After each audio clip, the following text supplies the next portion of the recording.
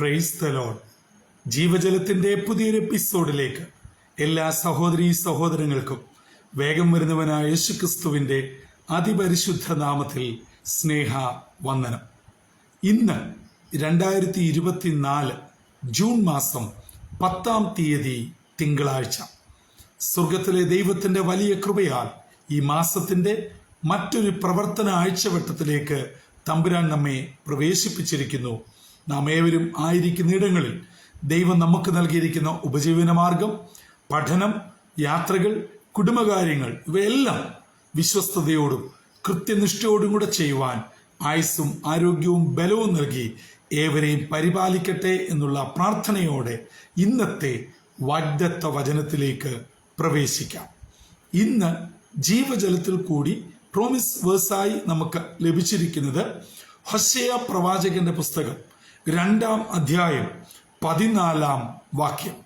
Hosea chapter 2 verse 14 നാം ഇപ്രകാരം വായിക്കുന്നു: അതുകൊണ്ട് ഞാൻ അവളെ വശീകരിച്ച് മരുഭൂമിയിൽ കൊണ്ടുചെന്ന് അവളോട് ഹൃദ്യമായി സംസാരിക്കും. ഇസ്രായേൽ ജനം ദൈവത്തിൽ നിന്നും ഒരു പ്രാവശ്യമല്ല, അനവധി പ്രാവശ്യം അകന്നു പോകുന്നു. ആ സമയങ്ങളിലൊക്കെ അവർ വിവിധ ദണ്ഡനങ്ങളിൽ ഏൽക്കുകയും അവർ നിലവിളിച്ച് മുറവിലയിട്ട് മടങ്ങി വരികയും ചെയ്യും. വീണ്ടും കാര്യങ്ങൾ സെറ്റിലാകുമ്പോൾ അവർ പഴയപടി ആവർത്തിക്കുന്നു. ഇത് ഇസ്രായേൽ ജനത്തിന് ബോധ്യമാക്കുവാൻ ചെറിയ പ്രവാചകന്മാരിൽ ഭക്തനായ ഹോശേയോട് പറയുകയാണ്: നീ പോയി പരസംഗം ചെയ്യുന്ന ഒരു സ്ത്രീയെയും അവർക്കുള്ള മക്കളെയും സ്വീകരിച്ചുകൊണ്ട് ആ സ്ത്രീയെ വിവാഹം കഴിക്കണം.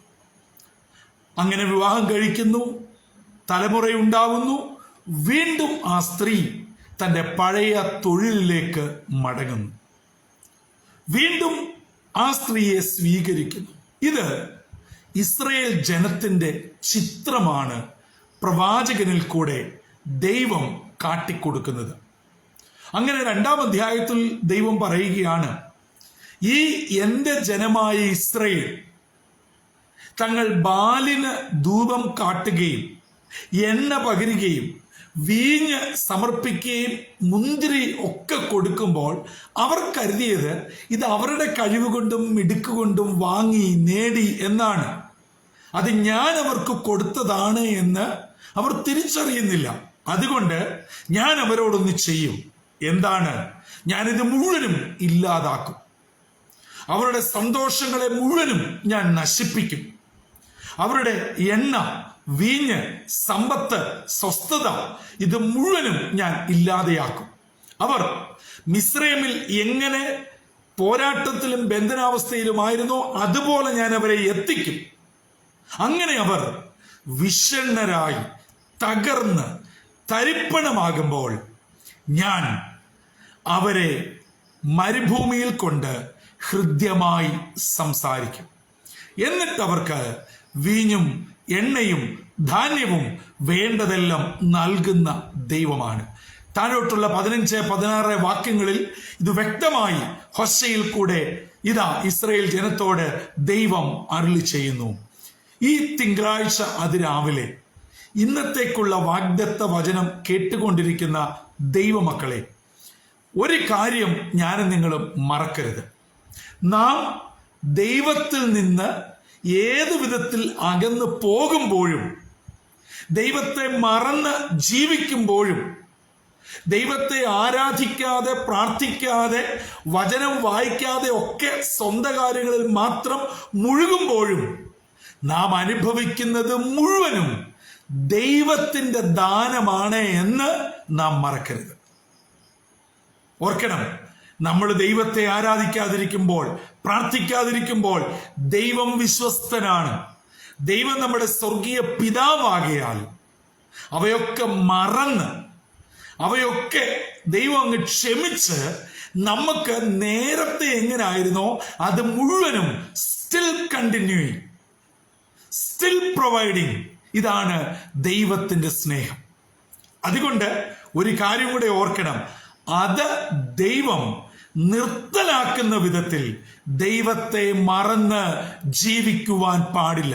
2-ാം അധ്യായം 10, 11, 12 വാക്യങ്ങളിൽ ഇത് വ്യക്തമായി നമുക്ക് പഠിക്കുവാൻ കഴിയും. അതുകൊണ്ട് ദൈവത്തെ മറന്ന് അന്യപ്പെട്ട് അധികകാലം മുൻപോട്ട് പോയാൽ ദൈവം നമുക്ക് ലഭിച്ചുകൊണ്ടിരിക്കുന്ന നാം ഗ്രാൻഡഡ് ആയിട്ട് അഡ്വാൻറ്റേജ് ആയി ഉപയോഗിച്ചു കൊണ്ടിരിക്കുന്നത് സ്റ്റോപ്പ് ചെയ്യും.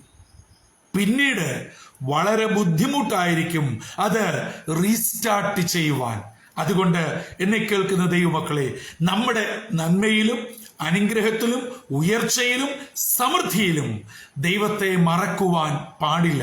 ദൈവത്തെ മറന്നാൽ വചനം നമ്മെ വളരെ വ്യക്തമായി ഓർപ്പിക്കുന്നു, ദൈവം ഇതെല്ലാം നിർത്തിക്കളയും, സ്റ്റോപ്പ് ചെയ്യും. പിന്നീട് നാം വളരെ വേദനയിലായിരിക്കും.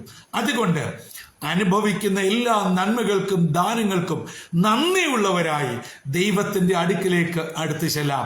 നമ്മളോട് ഹൃദ്യമായി സംസാരിക്കുവാൻ ആഗ്രഹിക്കുന്ന ഒരു ദൈവം. അതെ, പറയുകയാണ്, ഞാൻ മരുഭൂമിയിൽ കൊണ്ടുപോയി, ഞാൻ അവളെ വശീകരിച്ച് മരുഭൂമിയിൽ കൊണ്ടുപോയി ഹൃദ്യമായി സംസാരിക്കും എന്ന് പറയുമ്പോൾ മരുഭൂമിയുടെ വരണ്ട അവസ്ഥയിലും എന്നെയും നിങ്ങളെയും അത്ഭുതകരമായി പോറ്റുന്ന പുലർത്തുന്ന ഒരു ദൈവം ജീവിക്കുന്നു.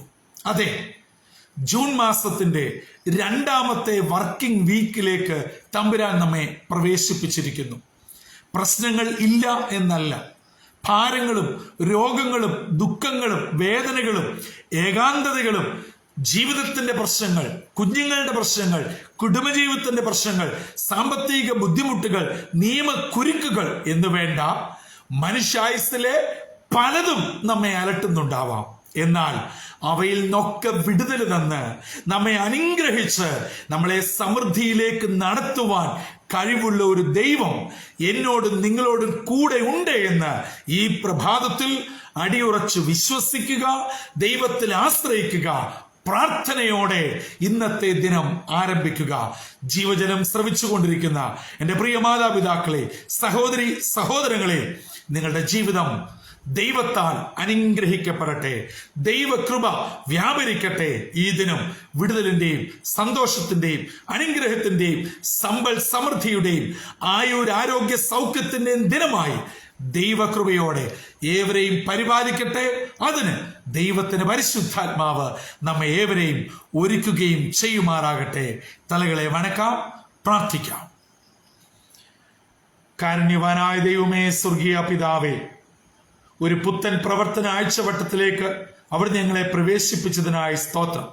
പ്രതികൂലങ്ങളും പ്രതിസന്ധികളും നിറഞ്ഞ ലോകയാത്രയിൽ ഞങ്ങളെ അവിടുന്ന് മരുഭൂമിയിൽ കൊണ്ടുവന്ന് ഹൃദ്യമായി സംസാരിക്കുന്ന ദൈവമാണെന്നും ഞങ്ങൾ ഏത് അവസ്ഥയിൽ കൂടെ പോയാലും ദൈവം നൽകിയ നന്മകളാണ് അനുഭവിക്കുന്നത് എന്ന് ഓർത്തുകൊണ്ട് നന്ദിയോടെ ജീവിപ്പാനും ഞങ്ങളെ ഇന്ന് ഹോശേയ പ്രവാചകനിൽ കൂടെ ഒരു പ്രാവശ്യം കൂടെ ഓർമ്മിപ്പിച്ചതിനായി സ്തോത്രം.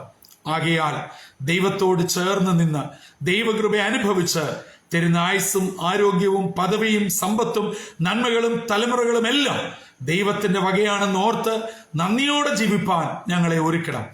ഇന്ന് ഈ ദൈവവചനം കേൾക്കുന്ന എല്ലാ നിന്റെ മക്കളെയും അനുഗ്രഹിച്ചാട്ട്, അവരുടെ ഗമന ആഗമനങ്ങളെ തമ്പുരാൻ പരിപാലിച്ചാട്ട്, ഈ ആഴ്ചവട്ടം അവരെ അവിടുന്ന് വാഴ്ത്തി അനുഗ്രഹിക്കണം. അവർ പ്രാർത്ഥിച്ച് കാത്തിരിക്കുന്ന എല്ലാ വിഷയത്തിന്മേലും ദൈവപ്രവൃത്തി വെളിപ്പെട്ട് അനുഗ്രഹത്തിന്റെ ആഴ്ചവട്ടമാക്കണം. എല്ലാ കൃപകളാലും നിറച്ച് അനുഗ്രഹത്തോടെ നടത്തണമെന്ന് യേശു ക്രിസ്തു മൂലം അപേക്ഷിക്കുന്നു. കൃപയോടെ കേൾക്കുമാറാകണമേ. ആമീൻ, ആമീൻ, ആമീൻ. പ്രിയ ദൈവജനമേ, ഹോശയിൽ കൂടെ ഇസ്രയേൽ ജനത്തോട് പറഞ്ഞ ദൂത് ഈ പ്രഭാതത്തിൽ തമ്പുരാൻ നമ്മളോട് പറയുന്നു. എന്നോടും നിങ്ങളോടും നമ്മുടെ മരുഭൂമിയാകുന്ന വരണ്ട പ്രതികൂലമുള്ള പ്രതിസന്ധിയുള്ള ജീവിതയാത്രയിൽ കൂടെ വന്ന് ഇമ്മാനുവേലായി സംസാരിച്ച് മടക്കി വരുത്തി നന്മകൾ മുഴുവനും മടക്കി തരുന്ന ഒരു ദൈവം ജീവിക്കുന്നു. ഈ ആഴ്ചവട്ടം നിങ്ങൾക്ക് നന്മയുടെയും അനുഗ്രഹത്തിന്റെയും ദൈവകൃപയുടെയും ആഴ്ചവട്ടമായി തീരട്ടെ. അതിന് ദൈവത്തിന്റെ പരിശുദ്ധാത്മാവ് നമ്മെ ഏവരെയും ഒരുക്കുകയും ചെയ്യുമാറാകട്ടെ. കർത്തൃ ശുശ്രൂഷയിൽ നിങ്ങൾക്കൊപ്പം brother Santhosh Kodukulani. God bless you all.